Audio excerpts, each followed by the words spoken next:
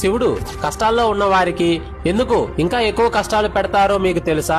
సరిగ్గా ఇదే సందేహం ఒకసారి పార్వతీదేవికి కూడా కలిగింది. అప్పుడు పరమేశ్వరుడు ఆమెకు ఒక చిన్న పరీక్ష పెట్టాడు. అప్పుడు వాళ్ళు భూలోకం మీదకు వచ్చారు. అప్పుడు అలసిపోయిన పార్వతీదేవి వంట చేయడానికి 3 ఇటుకలు కావాలని అడిగితే శివుడు ఆమెను దగ్గరలోని గ్రామానికి పంపించాడు. అప్పుడు పార్వతీదేవి వెళ్తూ ఉంటే దారిలో అందమైన ఇల్లు కనిపించింది.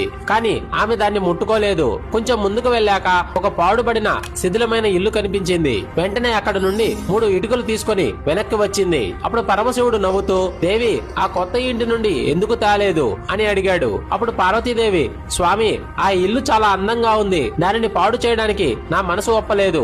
కానీ ఇది అప్పటికే పాడుబడిన ఇల్లు కదా, అందుకే దీని నుంచి ఇటుకలు తీశాను అని చెప్పింది. అప్పుడు పరమశివుడు, చూసావా పార్వతి, నువ్వే ఒక అందమైన ఇంటిని పాడు చేయడానికి ఇష్టపడనప్పుడు ఎవరైతే ధర్మంతో పుణ్య కార్యాలతో తమ జీవితాన్ని అందంగా దృఢంగా నిర్మించుకుంటారో వారి జోలికి వెళ్ళడానికి విధి కర్మ కూడా ఆలోచిస్తుంది. కానీ ఎవరైతే అప్పటికే చెడు ఆలోచనలతో బలహీనమైన మనసుతో తమ జీవితాన్ని పాడుబడిన ఇంటిలా మార్చుకుంటారో కష్టాలు వారి నుంచే ఇంకా ఎక్కువ మూల్యం వసూలు చేస్తాయి. మన కష్టాలకు కారణం దేవుడు కాదు, మన కర్మ, మన ప్రవర్తనే మన జీవితానికి రక్షణ గోడలు. మనల్ని మనం ఎంత దృఢంగా ఉంచుకుంటే కష్టాలు మనల్ని అంత తక్కువగా తాకుతాయి.